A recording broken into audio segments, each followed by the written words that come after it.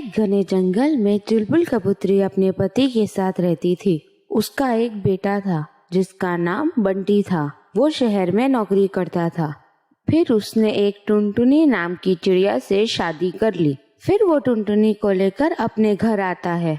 माँ, मुझे ये चिड़िया पसंद आ गई थी तो मैंने इससे शहर में शादी कर ली और आज मैं अपनी बीवी के साथ आपका आशीर्वाद लेने आया हूँ।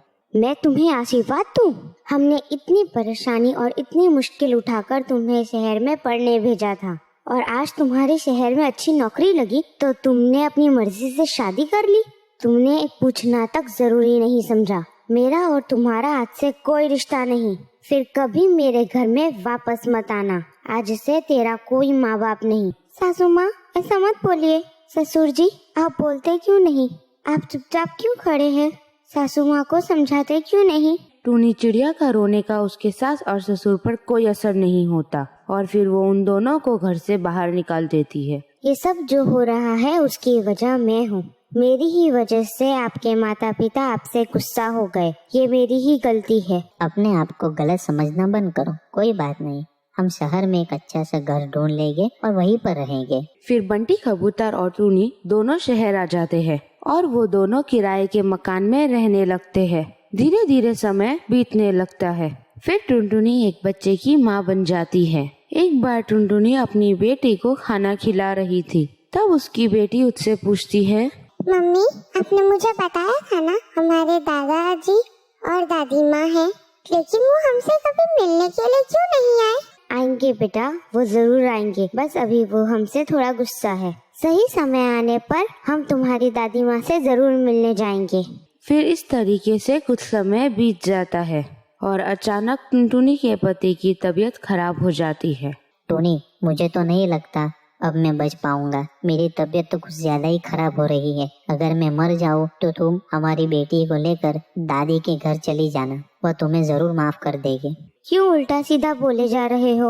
आपको कुछ नहीं होगा। डॉक्टर ने आपको जो दवाई दी है आप वो खाकर आराम करो। आप बहुत जल्द ठीक हो जाओगे। आपको कुछ नहीं होगा। ऐसे ही कुछ समय बीत जाता है लेकिन टुनटुनी के पति की तबीयत ठीक नहीं होती और अचानक एक दिन उसके पति की मौत हो जाती है। टूनी रोते हुए अपना सामान समेटने लगती है। माँ, हम लोग कहाँ जा रहे हैं? बोलो ना। बेटा, अब हम तुम्हारे दादा और दादी के पास जा रहे हैं। अब हम लोग वहाँ पर ही रहेंगे। अपनी बेटी को लेकर टुनटुनी अपने सास और ससुर के घर पहुँचती है। क्यों रे मनहूस, बेटे को मारकर भी तुम्हें चैन नहीं मिला? अब क्या हम दोनों को भी मारने के लिए यहाँ आई है?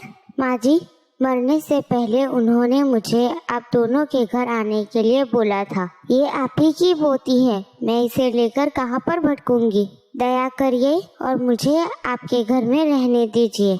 तुम एक काम कर सकती हो, तुम मुझे मेरी पोती दे दो। बाद में तुम्हें जहाँ जाना है वहाँ जाओ।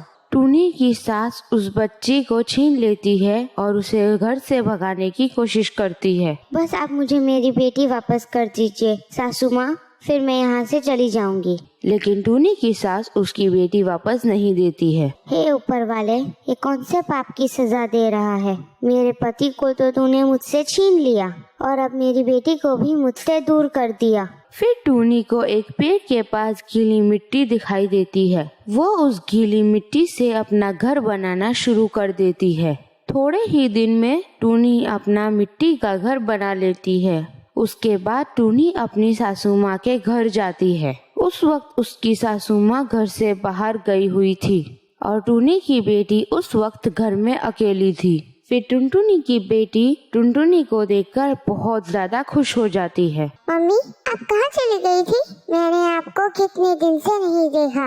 मैं आपको बहुत याद करती थी। मम्मी, अब मुझे छोड़कर मत जाना। मेरी बच्ची, मैं भी तुम्हें बहुत याद करती थी लेकिन मैं तुम्हारी दादी के आगे मजबूर थी। लेकिन अब कोई बात नहीं बेटा, तुम मेरे साथ चलो। हम हमारे नए घर में अब आराम से रहेंगे। फिर टूनी और उसकी बेटी उस घर से अपने नए घर में चले जाते हैं और वो दोनों अपने मिट्टी के घर में हंसी खुशी रहने लगते